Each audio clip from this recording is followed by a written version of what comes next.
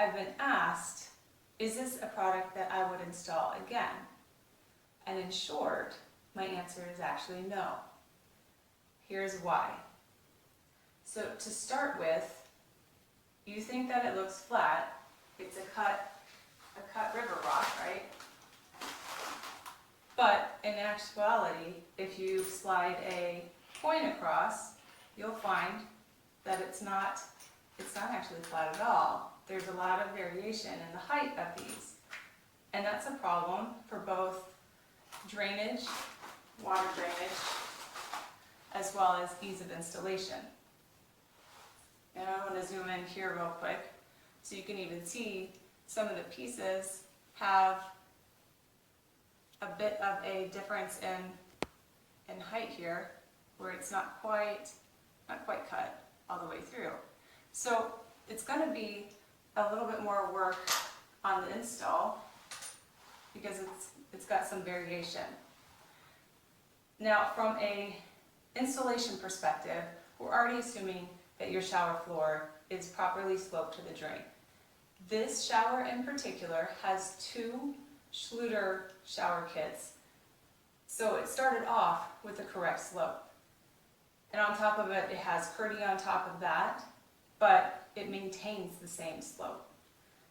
When you're installing this product, you have to back butter as well as when you're embedding it into the floor. And with that variation, you'll probably catch quite a bit where you're saying, oh, I want this one to be a little taller and try and even it out, but you're still going to miss something.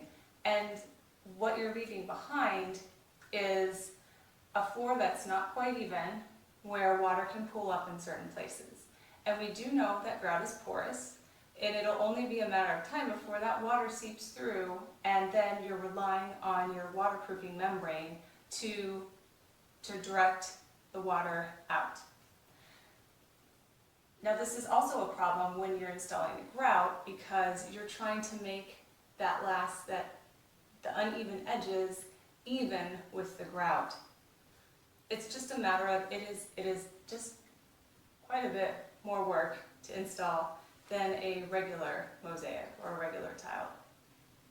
Now, from that grout perspective as well, when you're looking at the grout and you're looking at the rocks, there's a significant amount of grout that goes in here. So that water seeping through is a concern. And this is especially true depending on the environment where you live. I live in a desert, arid environment where there is low humidity. If you're living somewhere like Houston where you are constantly with higher humidity, now with air conditioning and that sort of thing, it obviously will make a difference. It's a lot less humid in your house than it is outside. But it's something that you have to consider when you're also looking at how often you're using the shower. Is there constant water standing there? Is this going to be a problem where the shower base fails before anything else and you're having to redo the shower despite the fact you've fallen in love with the look of a flat pebble mosaic? That being said, it's a good product for, let's say, walls or some other decorative kind of place where water isn't pooling. So it's a gorgeous stone. It's still something you might want to use, but maybe not in your shower floor. The last thing I wanted to touch on was, you can see here that you can see lines where the different tiles have been placed. And there's no getting around the fact that this comes in a box. It's got to get to the store, it's got to get to your house, and then these pieces are going to interlock, and it has to be somewhat of a pattern. So depending on how particular you are about this, from my perspective, when I'm looking at river rock, I'm thinking a meandering stream that doesn't have any sense or any lines.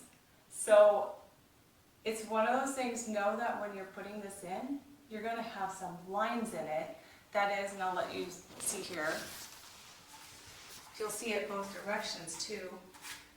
So you can see here that it goes down along the floor. Now, what you could do to combat that is to take apart some of the pieces, and I did that a little bit with the drain area because I knew that I would be looking down. I would be looking at this and I would see it, and if I modified and changed some of the pieces around, it wouldn't be as big of a deal. So you also have to know yourself if this is going to bother you, but also know that if you're going to go this route and start changing the pieces around, well, it's going to take longer. It also depends on the flat pebble mosaic you choose as to how well hidden that line could be. So what I would recommend is to go to the store and lay down several of the mosaic tiles together and see what it looks like, if you're going to have a hidden seam or if it's more obvious. I'm going to add a photo here just of an idea of a different type of stone that looks like it's a little more hidden, and I've included a few more pictures in a blog post and the link here in this description of this video, so you can check that out if you're interested without having to go to the store yourself.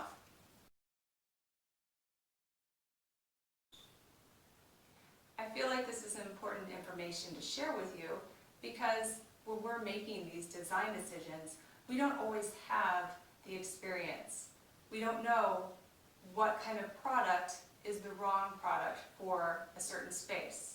So I hope that this helps you with your design to have a durable, still beautiful bathroom. Thanks for watching.